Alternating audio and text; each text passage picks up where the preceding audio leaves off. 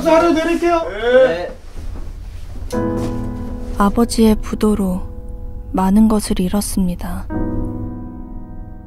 엄마의 건강과 가정의 행복까지.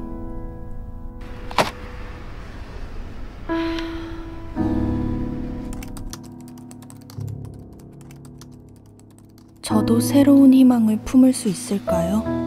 출생에 관련하셨습니다. 축하드립니다. 감사합니다. 진짜 감사합니다.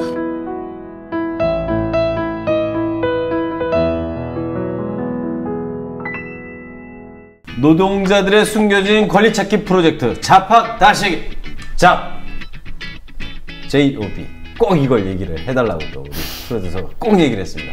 이게 왜냐면 잡학다시기라고 해서 여러 가지 일에 뭐 잡지식을 갖고 있다 이게 아닙니다. 저희는요 하고 있는 일 이게 중요한 겁니다. 그게 바로 노동입니다. 자, 잡학다시기의 진행을 맡은 정성호입니다. 자, 벌써 9일째입니다. 9일째인데 주변에서 잡학다식을 하고 있는지 아는 사람이 저희 엄마, 아내, 나 그리고 여기 관계자분들. 진짜 정말 울어도 되나요? 아니 근데 제일 중요한 게 뭐냐면요, 저는 변화가 됐어요.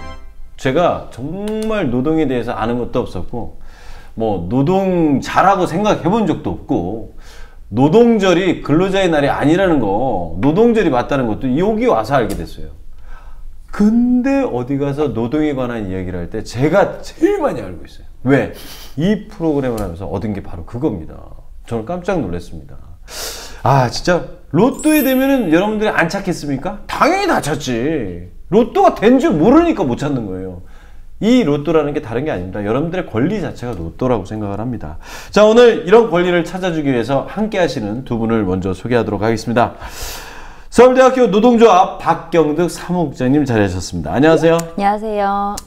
아, 이 방송을 이런 분들이 꼭 봤으면 좋겠다 하는 분들이 어떤 분들이 있습니까? 노동조합이 없는 회사에 다니시는 분. 그러니까 노동조합이 아직까지 자기 회사에 없는 분들은 네. 이 방송을 꼭 봤으면 좋겠다. 네. 그리고 비정규직 노동자 여러분들은 꼭 보셨으면 좋겠습니다. 아, 그리고 네. 예비 노동자들, 앞으로 취업을 할 학생들도 네네. 이런 내용을 알고 취업을 하면 좋겠습니다. 저는 예전에 하신 얘기 중에 나중에 아이가 나면 노동자가 될까요? 뭐 오너가 될까요? 뭐 이런 얘기를 하신 적이 있어요. 네. 저도 그 얘기를 딱 듣고 집에 가는데 생각이 진짜 많아졌어요.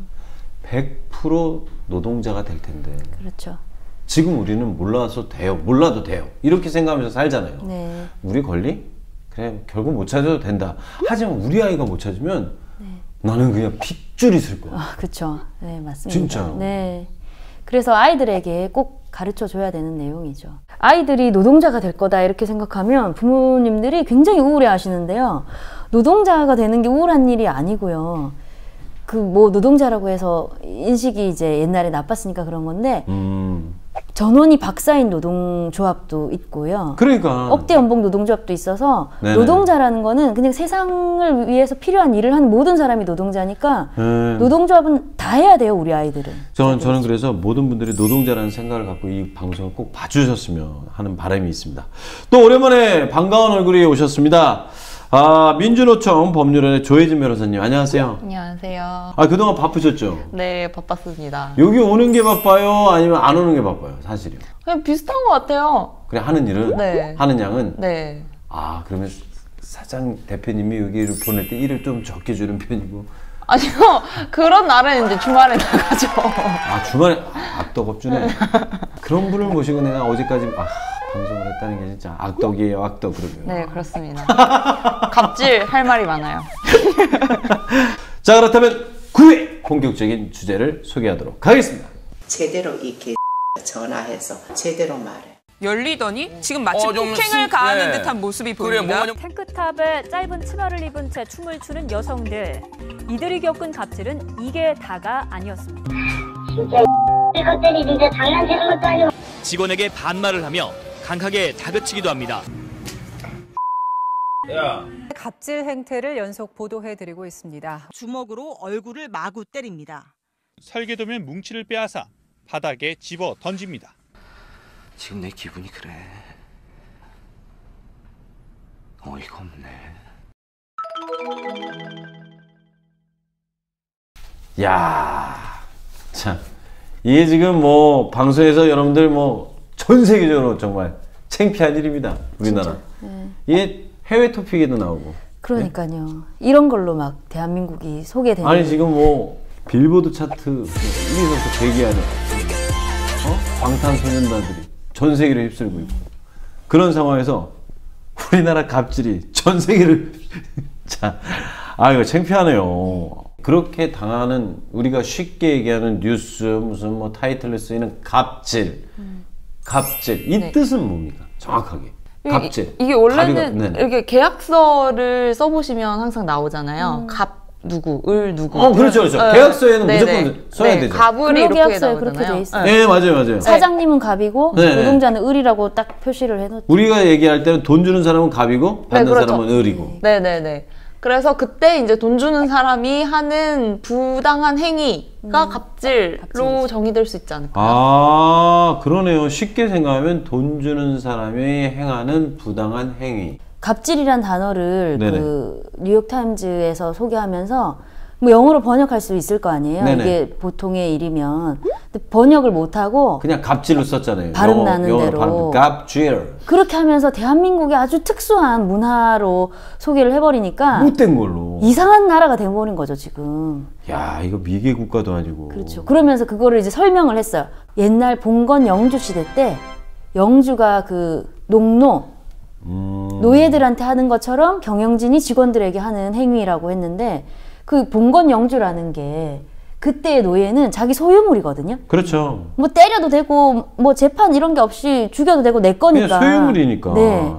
그렇게 한다는 거죠. 지금 시대가 바뀌었음에도 불구하고 봉건제 지금 끝났는데 네네네. 그때처럼 하는 행위라는 거죠. 그러니까 얼마나 미개한 국가로 대한민국이 소개가 됐냐는 거죠. 이런 걸 많이 접했을 텐데 어떤 갑질, 뭐 갑질에 대해서 뭐 들은 거라도 좀. 가장 흔한 거는 사실 그런 게 있죠. 뭐 부장님 심기를 좀 건드렸더니 이것도 보고서야 다시 써. 그러고 다시 쓰면 뭐 또 종이 날라가고 다시 써. 네.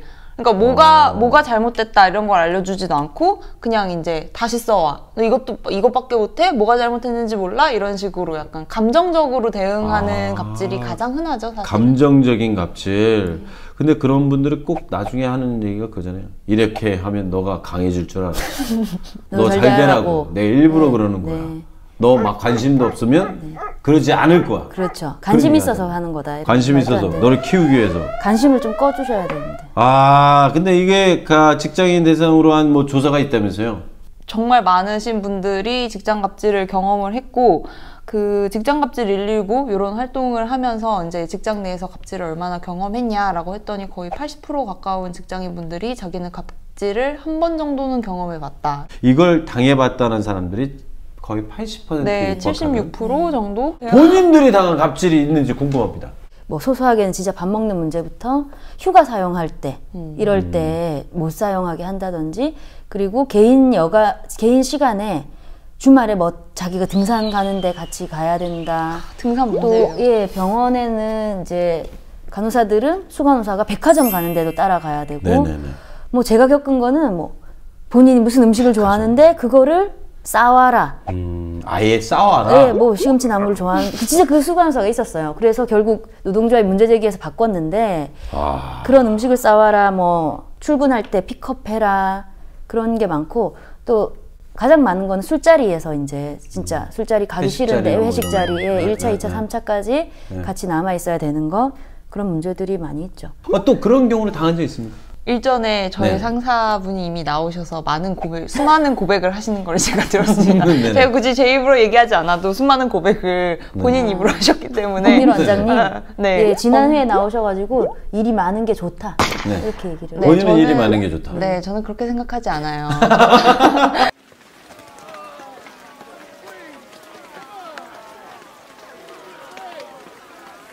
저는 저희 아파트의 경비를 보시는 그분이 이제 저하고 이제 친해져서 얘기를 들었는데 이 아파트에 사시는 그 부인들을 사모님이라고 부르거나 이게 무슨 여사님이라고 안 부르면 난리가 난답니다.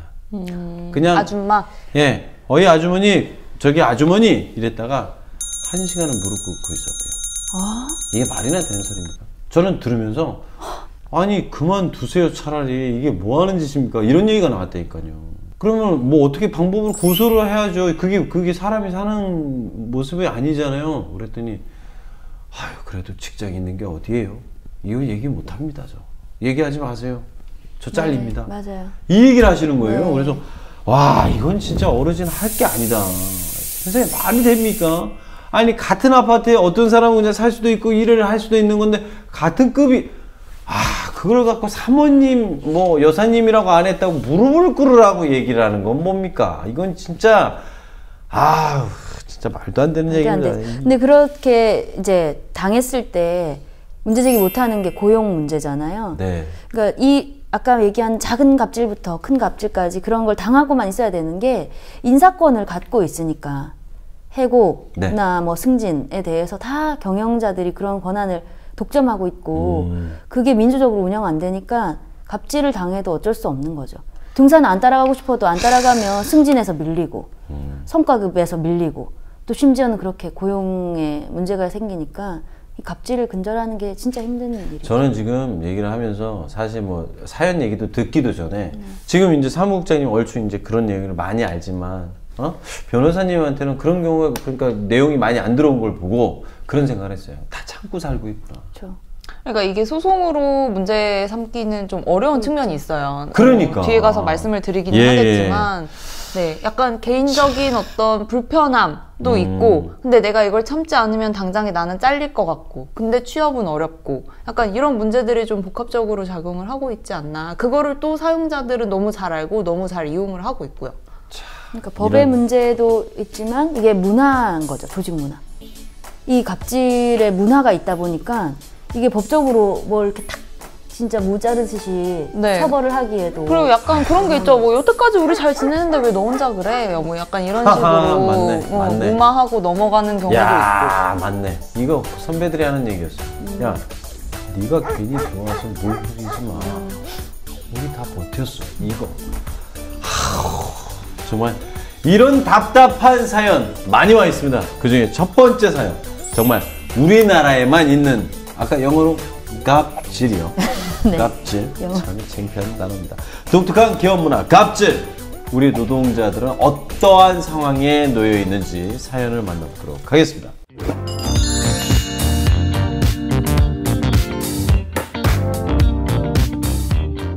얼마 전 대기업 물벼락 갑질이 뉴스에서 보도된 뒤 많은 사람들이 공분을 했습니다.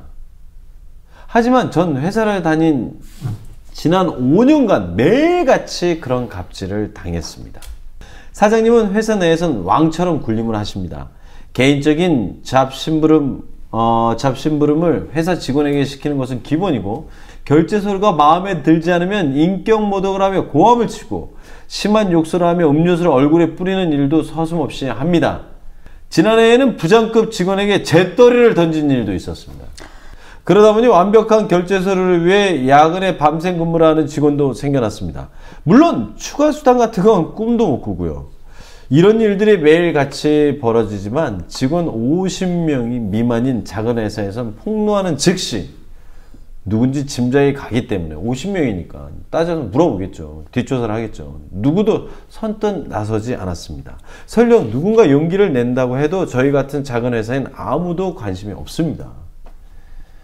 직원들이 불이익을 받지 않는 선에서 갑질을 막는 방법이 없을까요? 이건 뭐야. 그러니까 뭐냐면 자기네들은 보호를 못 받기 때문에 보호를 안 받을 수는 없기 때문에 우리 스스로가 어떻게 해결하는 방법이 없을까요? 라고 얘기를 하는 거예요. 이게 아니 진짜로 이렇게 대기업과 중소기업의 갑질 이거 차이가 좀 있습니까? 사무국장님?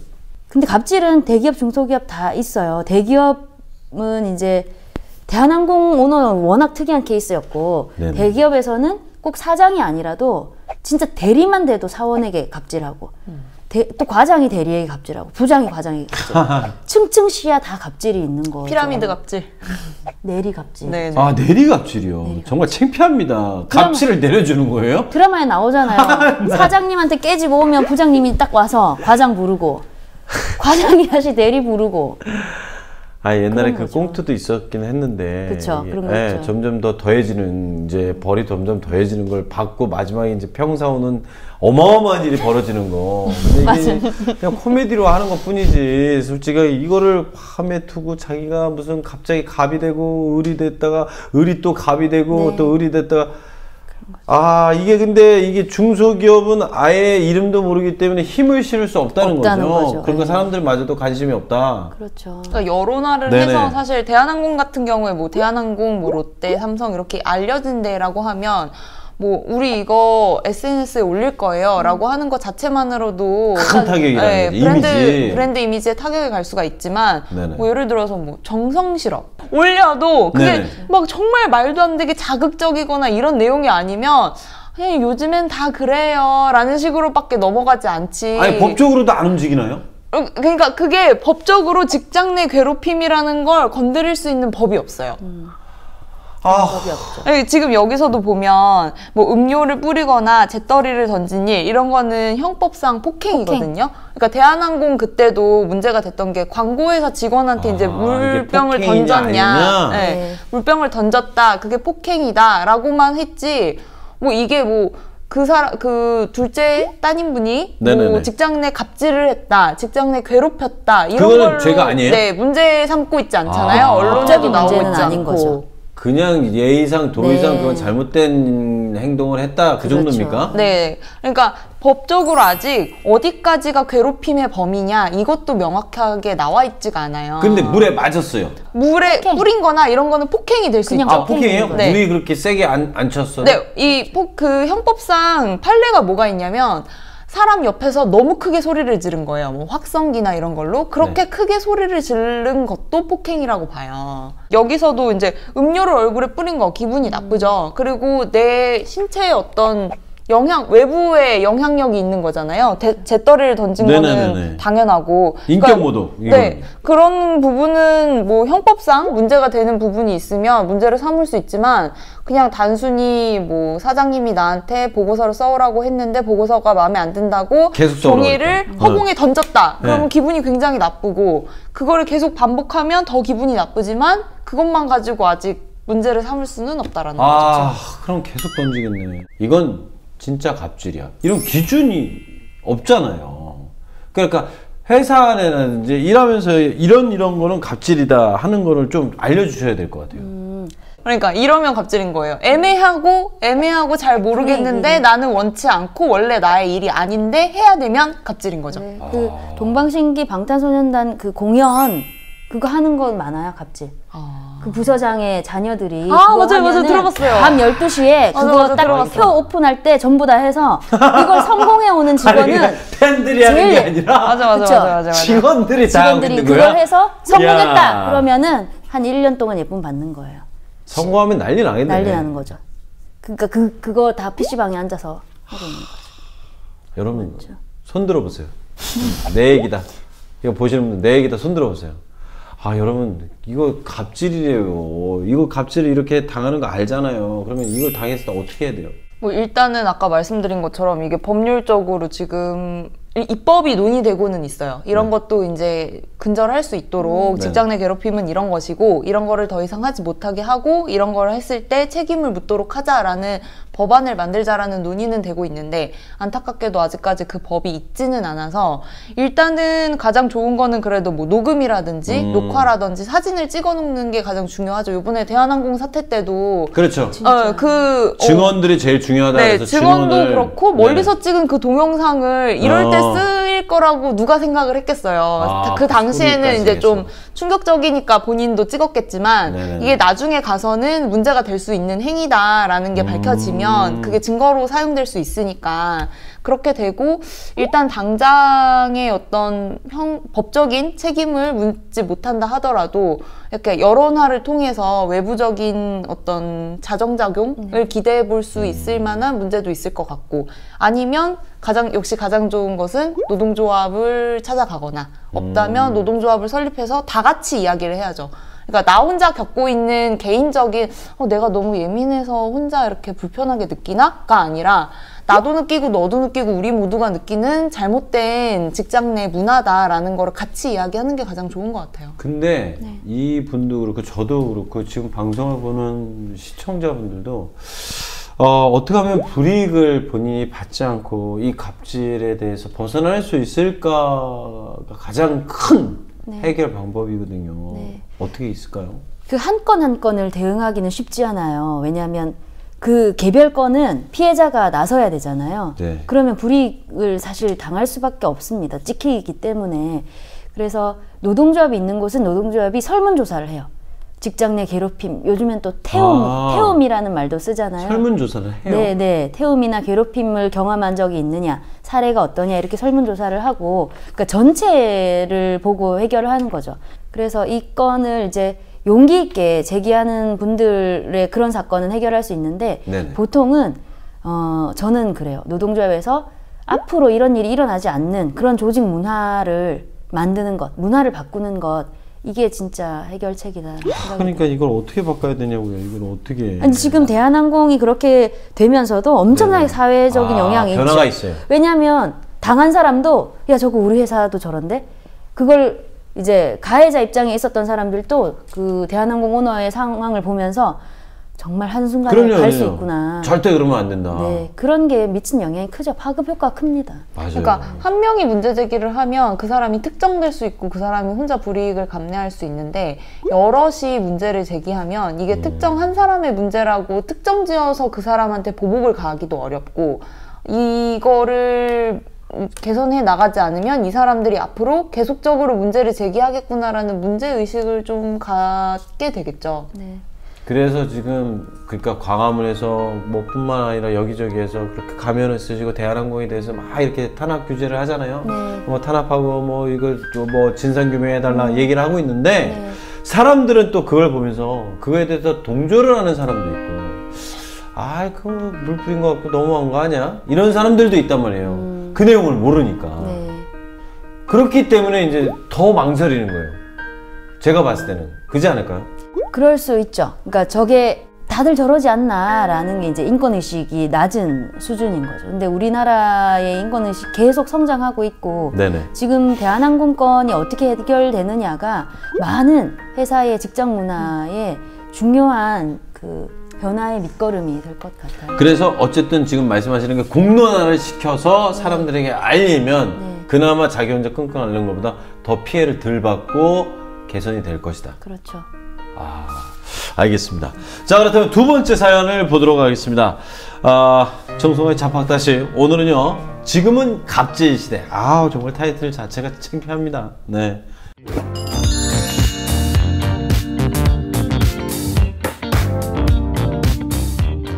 저는 22살 학생입니다. 지난 방학 때 핸드폰 대리점에서 아르바이트를 했는데 진상 갑질 손님을 만났습니다. 그때 나한테 핸드폰 팔았던 학생 맞죠? 이봐, 나한테 부가요금 나온다는 거 설명했어, 안 했어? 할머니, 그때 제가 다 설명해 드렸잖아요. 언제? 그때 핸드폰 개설하러 오셨을 때 그 정도는 부담 안 된다고 괜찮다고 하셔서 제가 그 내용 다 설명드리고, 계약서에도 내용을 따로 제가 또 적어드렸잖아요. 적어드렸지? 말하기 뭘 했어? 그때 그냥 얘기 처음 들었는데 나는 그런 얘기 들은 적도 없어. 정말 기억 안 나세요? 제가 여러 번 말씀드렸는데. 다 물어내! 제 잘못은 아니었지만 고래고래 소리를 지르면서 핸드폰까지 집어던지는 통에 정신이 하나도 없기도 했고, 좋은 게 좋은 거다라는 생각에 하도 정신이 없다 보니까 5만 원 상품권을 사드리고 끝냈습니다. 드린 거예요. 네. 그 후로 전 학교에 복학을 하기 위해서 아르바이트를 그만뒀고요. 그런데 얼마 전 그 대리점에서 연락이 왔어요. 그때 그 진상 손님이 부가요금 때문에 화가 많이 났다며 여태까지 낸 부가요금을 다 물어달라고 했다는 겁니다. 아니, 대리점주는 나 몰라라 하고 갑질 손님은 자꾸만 저한테 전화를 하고요. 전화번호 어떻게 알았지? 이미 전 그 대리점을 관둔 상태인데 어찌해야 할까요? 정말 이 아르바이트 하시던 분이 잘못했다라는 게 확인되지 않은 상태에서는 내가 잘못한 게 확실치 않은데 내가 그 책임을 다 물을 수 없고, 이런 거는 사장님이 책임을 지셔야죠. 사장님이요? 사장님이 그렇죠. 지금 전화해가지고 너 때문에 화가 많이 났다 이렇게 할 일이 아니잖아요. 그래요? 그렇죠. 본인이 해결해야 되는 거죠. 그리고 네네. 아르바이트생이 실제로 어떤 실수를 해서 손님한테 네네. 그 피해를 줬을 수도 있어요. 그렇다 하더라도 그 손님의 피해에 대해서는 이 사업주가 갑이 예 배상하고 그 민원도 처리하고 다 하고 진짜 이 사업주가 큰 피해를 봐서 이 알바생에게 문제 제기를 해야 되겠다라고 하면 또 그걸 청구할 수 있는 권리가 있거든요. 근데 그 직원에게 직접 네가 해라 이렇게 할 수는 없는 거죠. 근데 이제 많은 사람들이 생각할 때는 지금 이분도 그렇잖아요. 갑질 손님 때문에 이거 어떻게 해야 될지 모르겠다고. 네. 근데 일단은 전화번호 알려준 것 자체가 네. 형법에 걸리는 거기 때문에 만약에 알려준 거라면 소송을 걸 수가 있고 이거에 대해서 물 필요가 전혀 없다. 네, 뭐 본인이 원래 나의 업무 로드대로 내가 교육받은 대로 일을 정확하게 했다라고 하면 이거에 대해서 개인적으로 뭐 돈을 물어주거나 손해배상을 해주실 일이 전혀 없고요. 일단 사장님이 정리를 하시고 나의 잘못이 확인이 됐을 때는 그때 내부적으로 뭐 경위서를 작성을 하라고 하던지 이런 식으로 정리가 되어야겠죠. 자 이제 얘기하다 보니까 이제 궁금한 게 있습니다. 직장 내에 이제 부당함을 이제 고객한테 받는 경우 뭐 여러 가지 많은 경우가 있는데 이게 법적으로 어떻게 보호를 받을 수 있는지 좀 궁금합니다. 요번에 산업안전보건법이라고 해서 법이 하나가 개정이 또 됐어요. 네. 그래서 10월 달부터 시행이 되는데 거기에 보면 이제 고객 응대 근로자라고 해서 우리가 잘 알고 있는 뭐 콜센터 이런 데서 근무하시는 분들 있잖아요. 전화로 네네네네. 이제 고객 응대하시는 분들 이런 분들이 가장 크게 겪는 어려움이 폭언, 네네네네. 전화로 인한 성희롱, 그렇죠, 그렇죠. 네, 뭐 이런 거 있는데 뭐 저희가 할 수 있는 건 뭐 고객님 그러시면 안 됩니다. 고객님 녹음합니다. 뭐 계속 이러시면 전화를 끊겠습니다. 그리고 전화 끊으면 또 전화가지고 그 여자 바꿔 뭐 이런 식으로 네. 하는데 이제 그 법이 개정이 돼서 이런 문제가 발생을 하면 그 이제 사장님은 그 즉시 그 노동자의 업무를 중단시켜야 되고 네네네. 다른 업무로 이렇게 다른 일을 할 수 있도록 이전해 줘야 하는 의무가 있고요. 네네. 그거를 사장님이 몰라서 못 해주실 수도 있잖아요. 네네. 그러면 노동자는 사장님한테 이런 고충이 있어서 이런 것 때문에 너무 고민이 되고 이게 결국에는 나중에 우울증이나 정신적인 어떤 건강 문제와도 직결되는 부분이기 때문에 사장님에게 그러한 것에서부터 격리될 수 있도록 요구를 할 수 있고 그걸로부터 불이익을 받지 않도록 이렇게 좀 개정이 됐어요. 그래서 뭐 사실 이런 고객들로 인한 폭언은 사실 뭐 전화 콜센터 노동자 이런 분들 뿐만이 아니라 모두가 사실은 겪을 수 있는 부분인데 일단은 요렇게라도 조금씩 바꿔 나가는 게 그게 이제 뭐 이거 법적으로 정해진 겁니까? 네네 요렇게 해서 사장님한테는 의무가 있고 노동자한테는 그렇게 요구할 권리가 생겼어요. 저희가 얘기하다 보니까 솔직히 뭐 한두 끝도 없어요. 지금 뭐 얘기하다 보니까 저도 얘기하고 싶은 게 이만큼의 보따리가 있을 정도로 우리나라가 없어야 되는 문화 갑질 시대 이게 뭡니까? 네, 어쨌든 끝으로 오늘 또 같이 해주신 조혜진 변호사님 짧게 말씀 부탁드립니다. 네, 갑질은 생각해보면 나 혼자 당하는 것이 아니라 모두가 같이 당하고 있습니다. 같이 목소리를 내셨으면 좋겠습니다. 갑질을 당하고 있는 여러분들이 같이 목소리를 냈으면 좋겠다. 네, 알겠습니다. 박경득 사무국장님. 갑질은 다른 사람의 인생을 파괴합니다. 갑질은 지금 당장 멈추셔야 됩니다. 오늘 타이틀 자체가 정말 보면서도 되게 창피한 얘기였어요. 사실입니다. 저는 이제 갑이냐 을이냐를 따진다 그랬을 때 여러분들은 솔직히 갑이 될 수도 있고 을이 될 수도 있어요. 근데 갑이 됐을 때 자세가 을의 자세라면 여러분들은 갑질 안 할 거라고 생각을 합니다. 정성화의 잡합다시 제9회 이야기를 나눠봤습니다. 여러분들의 권리 중에서 남의 앞에서 굽신굽신거리는 건 권리가 아닙니다. 네, 그리고 그런 사람을 일으켜주는 게 바로 진정한 여러분들의 권리라고 생각을 합니다. 다음 주에도요, 저희는 노동자의 기본적인 권리, 누려야 할 권리에 대해서 이야기를 나눠보도록 하겠습니다. 다음 주에 뵙겠습니다. 안녕히 계세요. 네, 수고하셨습니다.